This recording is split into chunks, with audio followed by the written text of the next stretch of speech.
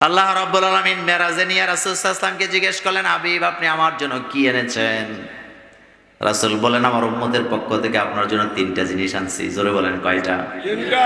এদিকে তাকান। এক নম্বরে ইবাদতে কাউলি, দুই নম্বরে ইবাদতে ফি'লি, তিন নম্বর ইবাদতে মালি। কয়টা জিনিস? তিনটা। ইবাদতে কাউল হলো আল্লাহ আমার উম্মত মুখ দ্বারা যে ইবাদত করে আপনার জন্য আমি আল্লাহ নিয়ে আসছি, আল্লাহ আপনি গ্রহণ করেন, কবুল করেন। আমরা জিকির আজকার করি মুখ দিয়ে, এটা হলো ইবাদতে কাউলি।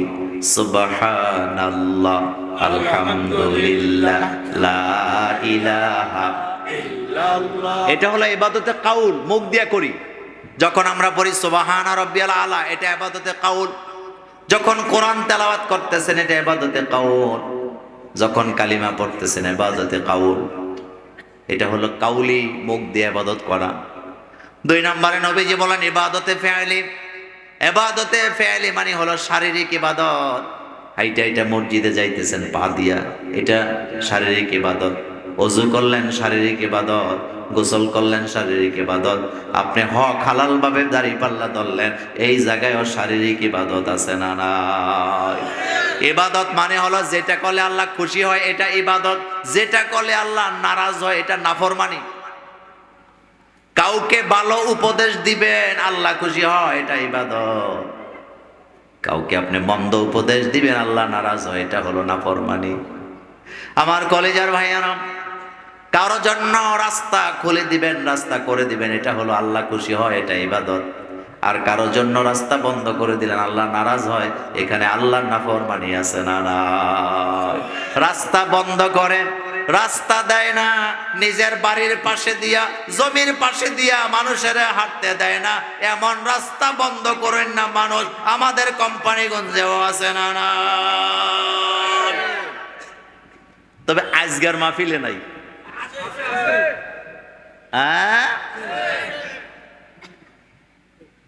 আল্লাহ নবী বুখারীতে বলেছেন, যারা মানুষের জন্য রাস্তা খুলে তাদের জন্য আল্লাহ জান্নাতের রাস্তা খুলে দেয়, আর যারা মানুষের জন্য রাস্তা বন্ধ করে আল্লাহ তাদের জন্য জান্নাতের রাস্তা বন্ধ করে দেয়। রাস্তা পরিষ্কার রাখা এটা ইমানের অঙ্গ। কিসের অঙ্গ? রাস্তার মধ্যে একটা ইট পড়ে আছে, দায়িত্ব কি? কাটা পড়ে আছে, দায়িত্ব কি? সরাই দেওয়া। কাটা দেওয়া না, কাটা সরানো। তো যেই মুসলমানকে রাসূল হুকুম দিলেন রাস্তায় কাটা পড়লে সরাও, সেই মুসলমানদের মধ্যে কিছু আছে হজ কইরা আইছে কয়দিন আগে, এরপরও বড়ই গাছের ডালা কাইটা বেল গাছের ডালা দিয়া রাস্তা বন্ধ করে বাঁশ পাইতা রাখে। এরকমের উম্মত রাসূলের আছে। আপনাদের এলাকায় নাই? তো রাস্তা নিয়ে কবরে যাবেন নি আপনি? বুখারীতে রাসূল বলছে, সম্পদ বাড়েও না কমেও না, যদ্দূর আছে অদ্দূরই, শুধু হাত বদল হয়। কি বদল হয়? আপনাদের এই গ্রামের নাম কি? রামপুরের গ্রামে আজ থেকে 50 বছর আগে যাদের কাছে অনেক বেশি জমি ছিল এখন আর আসেনি। কথা আসতে কোন কেন আসেনি? এক সময় এমনও লোক ছিল 50 কানি জমির মালিক ছিল, এখন 50% নাই। এরপরে হাতে দোকানে বয়ে বয়ে গপ মারে, আমার দাদা জমিদারি আছিল। তো তোর দাদা জমিদারি ছিল, তোর কি আছে হেডে না কবি বেড়া? এরকম আছে না? আরো কত রকমের মানুষ। ওয়াজ হইতেছে প্যান্ডেলে, লোকজন দূর দূরান্ত থেকে আসছে, ওয়াজ শুনতেছে, উপভোগ করতেছে, আল্লাহর জিকির করতেছে, কালিমা পড়তেছে, কথা শুনতেছে, আর হেতে দোকানে বয়ে বইয়া গপ মারে, কই এডিনি ওয়াজ? তো তুই আর ওয়াজ করবি না, তোরা না করছে কেনা বেটা? ওয়াজ কি আমরা করি না, আল্লাহ করতেছে? আচ্ছা আপনারা বলেন তো, এ পর্যন্ত যতগুলা কথা এখানে হয়েছে মানুষের কল্যাণে না অকল্যাণে? রাস্তা খোলার দরকার আসেনি? রাস্তা খুলে দিবেন, রাস্তা বন্ধ করবেন না, রাস্তা নিষেধ করেছেন। তো কথা বলতেছিলাম আমার কলেজের ভাইয়েরা, ইবাদত কয় প্রকার? 3 প্রকার, কাউলি, ফেলি, মালি। ফেলি তো বললাম, শরীর দিয়ে যেটা করেন, রুকু দেন, সেজদা দেন, এটা হলো ইবাদতে ফেলি। সর্বশেষ 3 নম্বরে ইবাদতে মালি। এরপরে নবীজি বলেন, আল্লাহ আপনার জন্য আমার উম্মতের পক্ষ থেকে ইবাদতে মালি নিয়ে আসলাম। ইবাদতে মালি হলো আপনি যে দান করেন, সাদাকা করেন, মসজিদ বানান, কবরস্থান বানান, ঈদগাহ বানান, মাদ্রাসা বানান, অথবা গরিবের ঘর বানায় দেন, অথবা গরিবের মেয়ে বিয়ে দেন, এই জায়গায় ইবাদতে মাল আছে না না? তিনটা জিনিস দিয়ে ইবাদত হয়। আমার দিকে তাকান, কয়টা কয়টা? এক নম্বরে মুখ দিয়া। এই মুখ দিয়া মিথ্যা কথাও বলা যায়, গীবতও করা যায়, আবার এই মুখ দিয়ে আল্লাহর ইবাদতও করা যায়। চায়ের স্টলে বয়ে বয়ে সারাদিন গীবত করে এমন মুসলমানের সন্তান এলাকায় না। আচ্ছা, একটা কথার জবাব দিবেন জোরে জোরে। সেটা হলো চায়ের স্টলে যে লোকেরা বসে আড্ডা দেয়, ওখানে কি আল্লাহর জিকির করে? কোরআন শরীফ তেলাওয়াত করে? তালিম দেয়? নামাজের কথা বলে? আচ্ছা, এবার কোন তো কি করে? আরো জোরে কর না।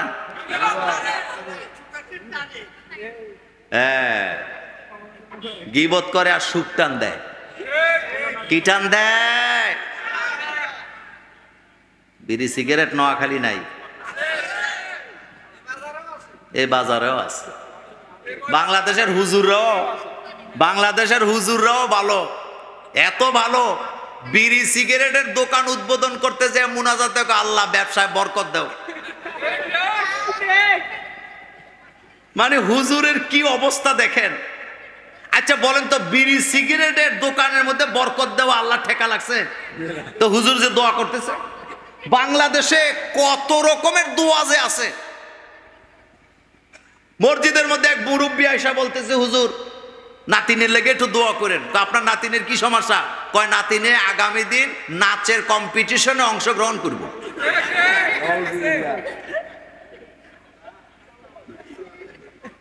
এরকম দোয়া বাংলাদেশে আসেনি? কয়দিন আগে এক বুড়া আমারে কয়, মোল্লা ভাই দোয়া করেন, ছেলেটা গ্রিন কার্ড পাইছে।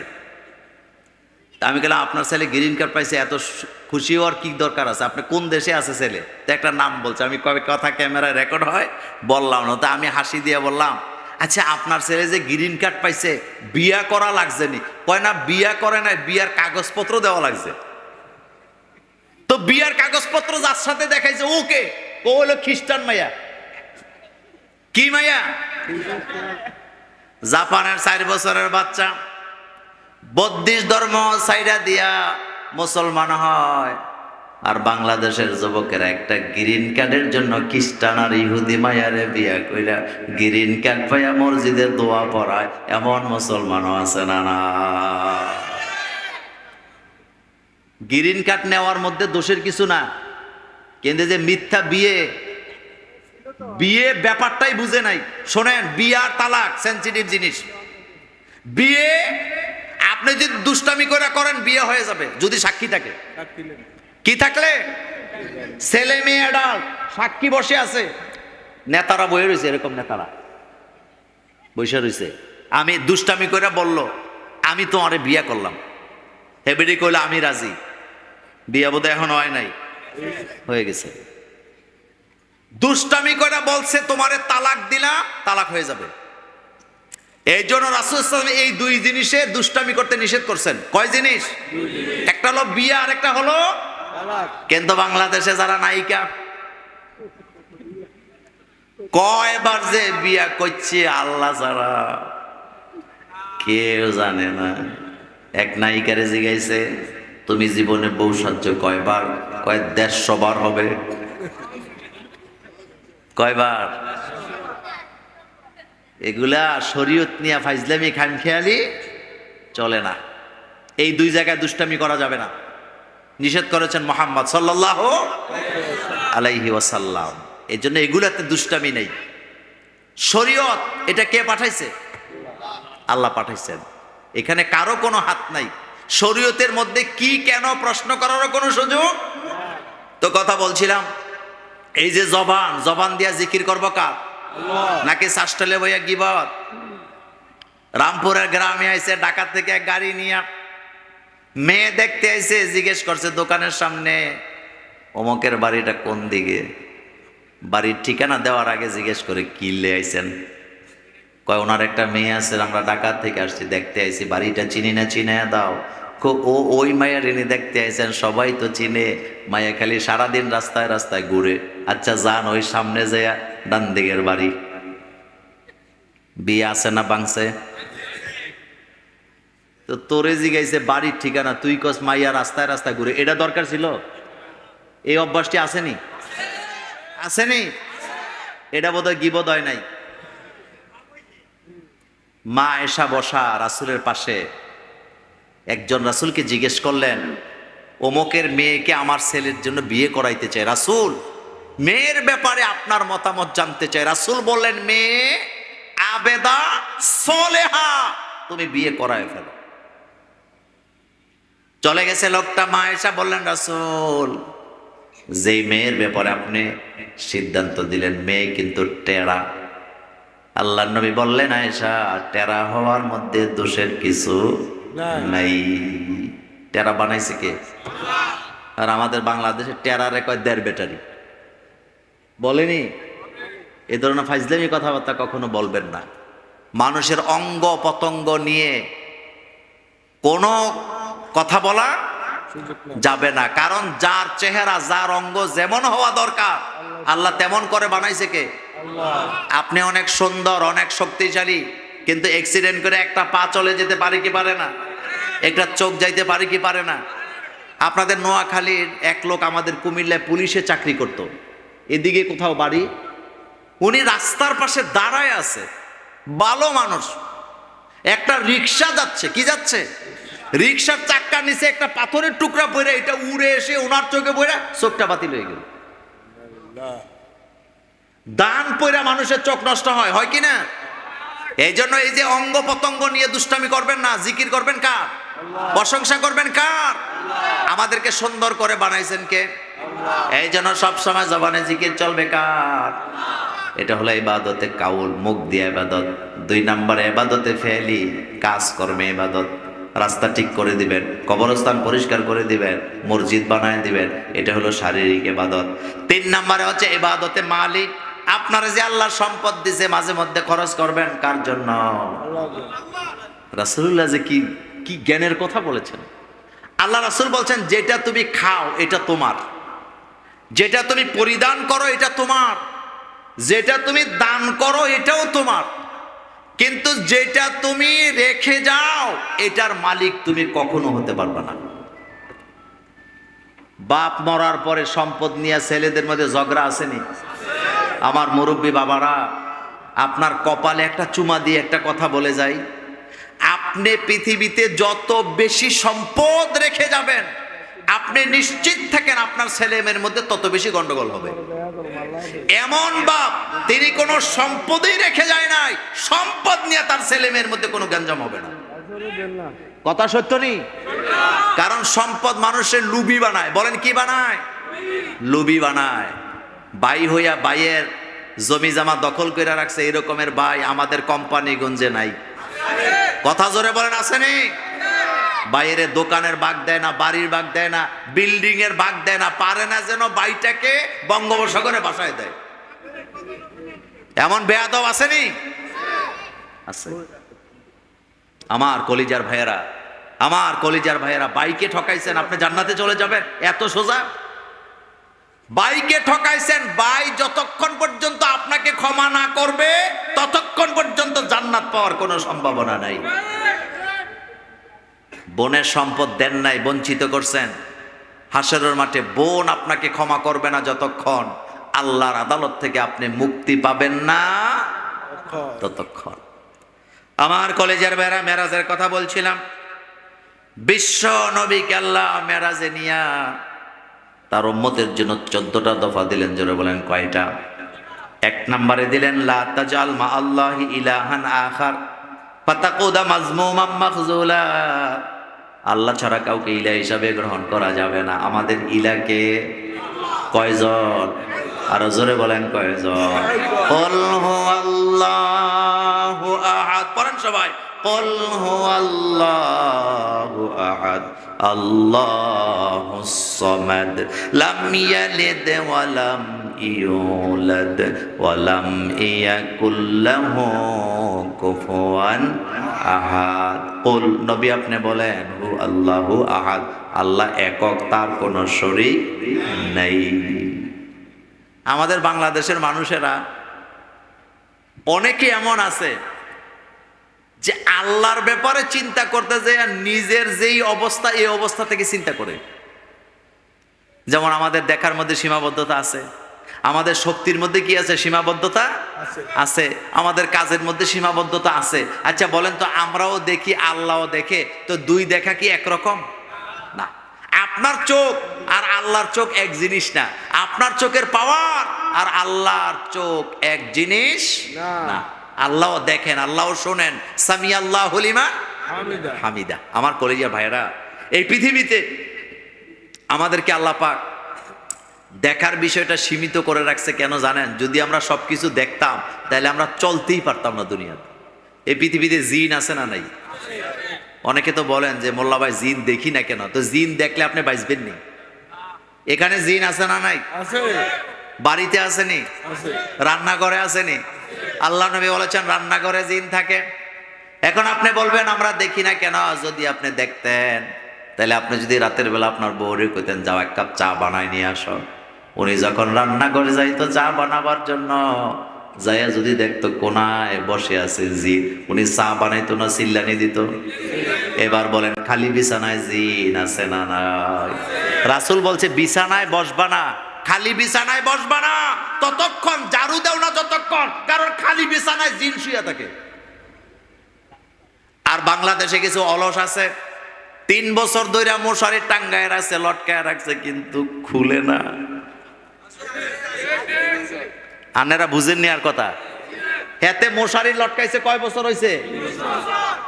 এক মাথা খুলে, কথা কয় না কয় মাথা খুললে এটার এমনি উল্টে এড়ায়। তো তোর মশারি তো জিন, তোর বিছনা তো জিন, তোর কলজা তো জিন। আল্লাহ নবী বলেছেন বাইরে থেকে এসে বিছানায় বসবা না ততক্ষণ, ঝাড়ু দেও না যতক্ষণ, কারণ এখানে জিন বসে থাকে। রান্নাঘরে জিন থাকে, বাথরুমে জিন থাকে, খালি বাড়িতে জিন থাকে, কবরস্থানের পাশে জিন থাকে, ঈদগাতে জিন থাকে। মসজিদে বোধহয় নাই? আরো আসতে কয়। আমরা মসজিদ বানাই, জিনেরাও আমাদের সাথে নামাজ পড়ে। আবার যেই বাড়িতে সূরা বাকারা পড়া হয় ওই বাড়িতে দুষ্ট জিন থাকতে, আমাদের গ্রামে এক মহিলারে জিনে ধরছে। বুঝেননি কথা? নোয়াখালীর ভাষা ট্রাই করতেছি আর কি, ভাল লাগে তো। জিনে ধরছে, কবিরাজ একটা নিয়ে এসছে। আসলে তুই কবিরাজ না, বাটপার, কোরআনও পড়তে জানে না। জিন তারাইতে হলে কোরআনের আয়াত লাগে কি লাগে না? আয়াতুল কুরসি লাগে। কি লাগে? এখন হেতে আইসা আসার সময় পকেটে কইরা ওই যে মাথা ব্যথা করলে মিল্লাত বাম লাগা না, হেতে পকেটে করে মিল্লাত বাম নিয়ে আইছে। মানে হাতের চিন্তা হলো মিল্লাত বাম চোখের মধ্যে লাগাই দিবে আর কান্নাকাটি করবে। হেতে কব দেন আমি কত বড় কবিরাজ। জিনের কান্না ছুড়ে বলে। তো মহিলা রুগী আইনে সামনে বসাইছে, এখন হেতে জিন তারায়। কি তারায়? কিচ্ছু তো পারে না। তো অনেক জিন আছে শিক্ষিত, ঠিক নেই? আপনি দেখবেন মাইয়ারে জিনে ধরছে, মাইয়া নোয়াখালীর ভাষায় কথা কয়, কিন্তু জিনে ধরার পরে রাজশাহীর ভাষা আসেনি, কথা কয় না বাঙালি, আসেনি। এটা কিন্তু ওর কারণে কয় না, এটা জিনের কারণে বলে। এখন ওর সামনে যখন যাইয়া কবিরাজ বসছে মিল্লাত বাম নিয়া, মিল্লাত বাম চিনেন তো? এখন কবিরাজের দাড়ির মধ্যে ধইরা জিনের রুগী এমন সবার, কি কয় নোয়াখালী? হ্যাঁ, সবার বলে না, কি দিছে? এমন জোরে সবার দিছে, কবিরাজ উঠে দিছে দৌড়। এখন জিনের রুগী কয় হেতে আমারে চিকিৎসা করতে আইছে মিল্লাত বাম লইয়া। কিসের বাম? কিচ্ছু লাগবে না, কোরআন আছে যেখানে দুষ্ট জিন নাই। তবে যারা ভালো জিন, যারা আল্লাহর গোলামি করে, তারা আমাদের সাথেই নামাজে দাঁড়ায় নামাজ আদায় করে।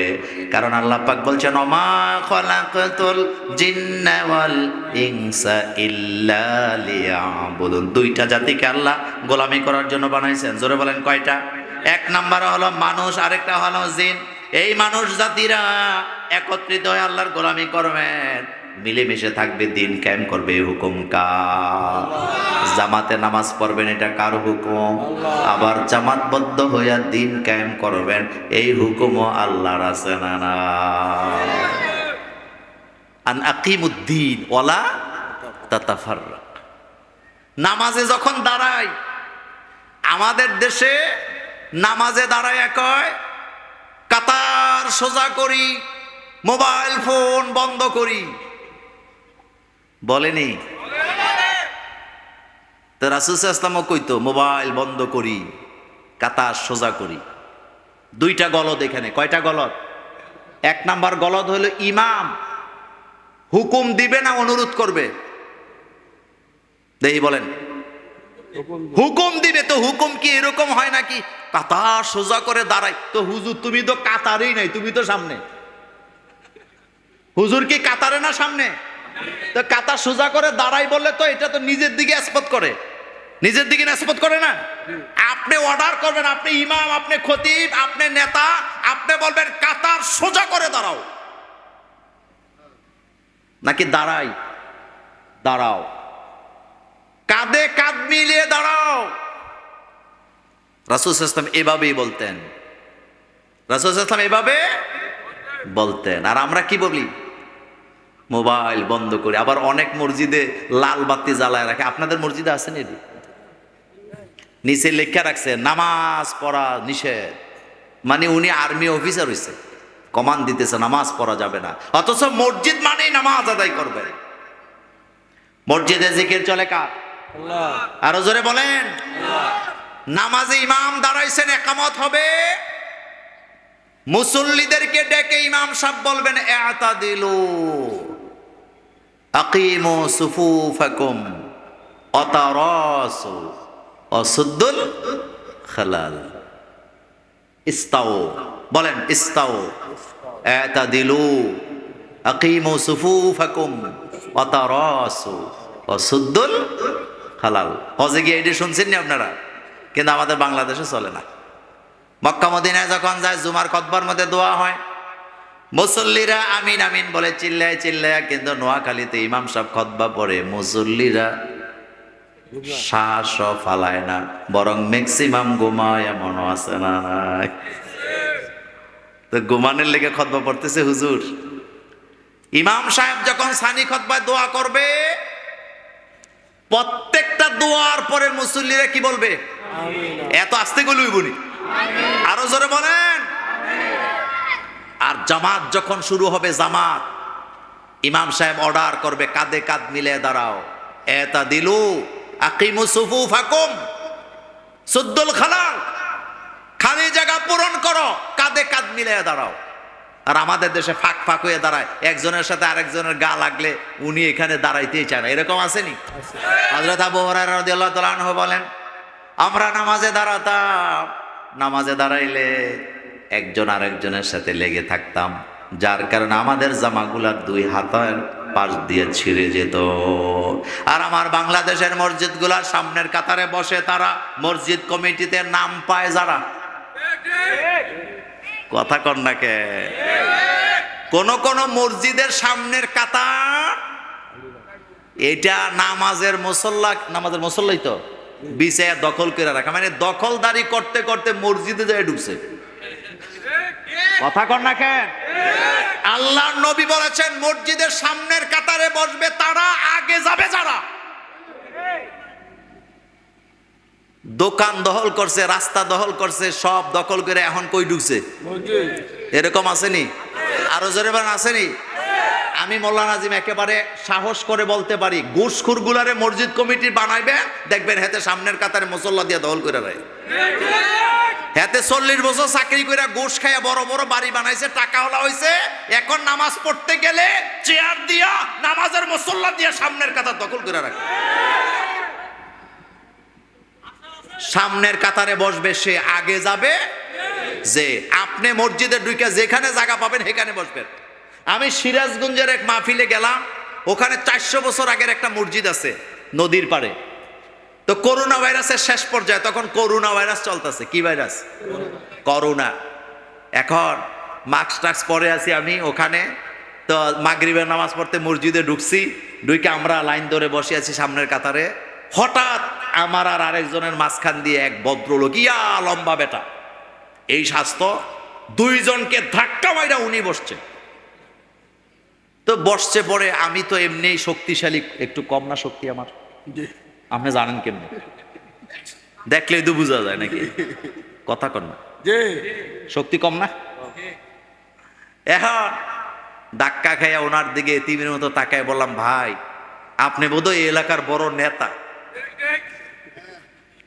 উনি কয়, আপনি কেমনি বুঝলেন? আমি কই, আপনার ধাক্কার নমুনা দেখে বুঝছি।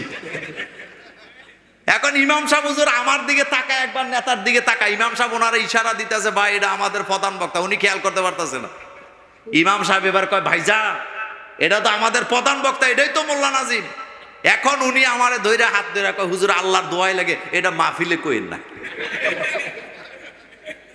আমি কইলাম, ভাই আমার তো মনেই ছিল না যে এটা মাহফিলে বলা লাগবে, কিন্তু আপনি মনে করাই দিছেন, পাগলা সাকু নাড়া দিস না। এরকম আমাদেরকে নাড়া দেই না এক সময়, ছিল কি ছিল না? আরো জোরে বলেন, ছিল কি না? আমাদেরকে নাড়া দিতে দিতে নিজেরা কাইতে পড়ে গেছে। কোরআনের সাথে কখনো বেয়াদবি করা যাবে না। মসজিদের সামনের কাতারে কারা বসবে বলেন? জোরে বলেন, কারা? এখানে কমিটির কোনো কাজ নাই, মসজিদের কমিটি হয় শুধু মুতাল্লি। মসজিদের কমিটি কি হয়? আর মুতাল্লি হওয়ার জন্য 5টা গুণ লাগবে। কয়টা? আরো জোরে বলেন, কয়টা? 1 নম্বরে ঈমান আনতে হবে কার প্রতি? 2 নম্বরে কোরআনের প্রতি, 3 নম্বরে আখিরাতের প্রতি, 4 নম্বরে আল্লাহর ভয় থাকা লাগবে, 5 নম্বরে নামাজি হওয়া লাগবে। কোন বেনামাজি মসজিদ কমিটিতে থাকতে পারবে না। কারা? হেতে আসরের পরে মসজিদের উন্নয়ন বিষয়ক মিটিং, আসরের নামাজটাও পড়ে নাই, কিন্তু মসজিদ কমিটির সদস্য সবাই নামাজ পড়তেছে, হেতে রাস্তায় দ্বারা বিড়ি খাইতেছে। নামাজ শেষ, হেতে মিটিং বসে, এবার হেতে আইছে সবার পরে, নামাজ পড়ে নাই। এমন অবস্থা, কেউ ভয়ে কিছু বলেও না। এখন এই রেজুলেশনের মধ্যে একটা ছিল, ইমাম সাহেবের বেতন বাড়াইতে হবে। যারা নামাজ পড়লো তারা সবাই কয়, হ্যাঁ জিনিসপত্রের দাম বেশি, বেতন বাড়াও। আর বিড়ি খাই না, যেতে নামাজ না পড়ে মিটিং আইছে, হ্যাঁ তো কয় হুজুররা মানুষের বাইর খায়, এত টাকা দিয়ে করবো কি? এরকম বেয়াদব বাংলাদেশে আসেনি? তো তোরে মসজিদ কমিটিতে আইতে কইছে কেন? তুই ইমামতি কর। গত রমজানের ঈদে আমি আমার বাসা হলো 12 তলায়, তো বারান্দার মধ্যে জোহরের নামাজ পড়বো, অজু করে আমি বারান্দায় গেছি গামছা দিয়ে হাত মুখ মুছার জন্য। এমন সময় পাশের মসজিদে আজান শোনা যায়। রমজানের ঈদের পরে ইমাম মুয়াজ্জিনরা কই যায়? কথা কয় না। এরপরে আজান আর নামাজ কারা পড়ায়?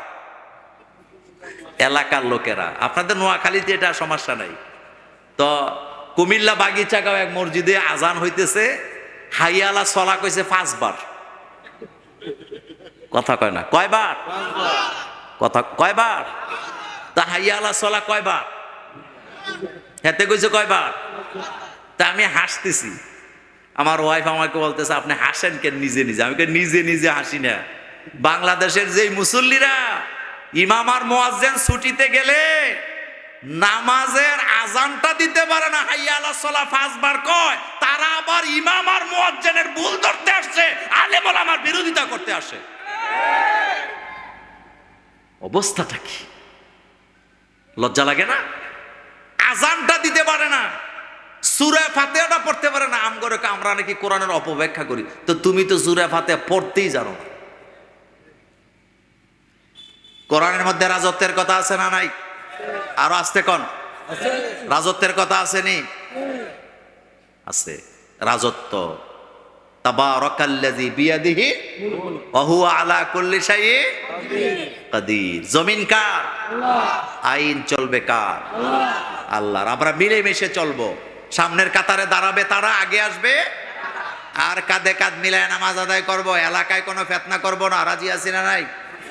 ঢাকা শহরে যে সমস্ত নেতারা আছে তাদের মধ্যে তলে তলে ভালোবাসা আছে না নাই? তা আমরা মারামারি করে কোনো লাভ আছে নি? কয়দিন আগে দেখলাম আমিরে জামাত ডাক্তার শফিকুল ইসলাম, শফিকুর রহমান সাহেব আর আমাদের তারেক জি, একজন আরেকজনকে এমন ভাবে জড়াইয়া ধরছে 1.5 মিনিট। কয় মিনিট? কথা কয় না, কয় মিনিট? তো 1.5 মিনিট ধরছে, এনে ভালোবাসা আসেনি? আছে। তা আপনি গ্রাম এলাকায় মারামারি ঝগড়াঝাটি করবেন কেন? আপনি সিদ্ধান্ত নিবেন, বাংলাদেশের খালেদা জিয়া যেমন সকল মানুষের দলমত নির্বিশেষে দোয়া পাইছে, আমি মরে গেলেও যেন সবাই আমার জানাজায় হাজির হয়। কথা ঠিক নেই? আমি কারো কোনো ক্ষতি করব না, আমি ভ্রাতৃত্ব তৈরি করার চেষ্টা করব। রাজি আছি না নাই? মিলেমিশে থাকবো, রাজি আছি না নাই? ইসলামের জন্য, কোরআনের জন্য, নামাজের জন্য আমরা কয় দল? আরো জোরে বলেন, কার দল? হিংসা বিদ্বেষ বাদ, বলেন হিংসা বিদ্বেষ বাদ। আমরা এখন সবাই ভাই ভাই, আমরা সবাই কি ভাই ভাই? আমরা সবাই বাংলাদেশকে এগিয়ে নিতে চাই, আর পেছনের দিকে যাওয়ার কোনো সুযোগ নেই। দুর্নীতি বন্ধ হোক চান? আরো জোরে বলতে হবে, অন্যায় অবিচার বন্ধ হোক চান? তাহলে সবাইকে একসাথে কাজ করতে হবে। একা পারবেন না, একা পারবেন না। আপনি যদি দলের সাথে একসাথে ছুটেন, নদীর স্রোত দেখেন না? নদীর স্রোত যেটা মাঝখান দিয়ে চলে, এটা মহাসমুদ্রে চলে যায়। আর যেগুলা ওই যে নদীর সাইডে দিয়ে আবার খাল আসেনি, যেটা খালের দিকে চলে যায়, এটা খালে বিলে চলে যায়, এটার আর খানা নাই। সেম, আমরা যদি সবাই একসাথে পথ চলি, আমাদের গন্তব্য হবে অনেক দূর, আমরা সফলতা অর্জন করতে পারবো। কিন্তু আমরা যদি একতা না থাকি, সংঘবদ্ধ না থাকি, আমরা নিজেরাই হারায় যাব, ধ্বংস হয়ে যাব, শত্রুরা আমাদের ক্ষতি করার সম্ভাবনা আছে। সেজন্য কোরআনের জন্য মিলেমিশে কাজ করতে রাজি আছি না নাই?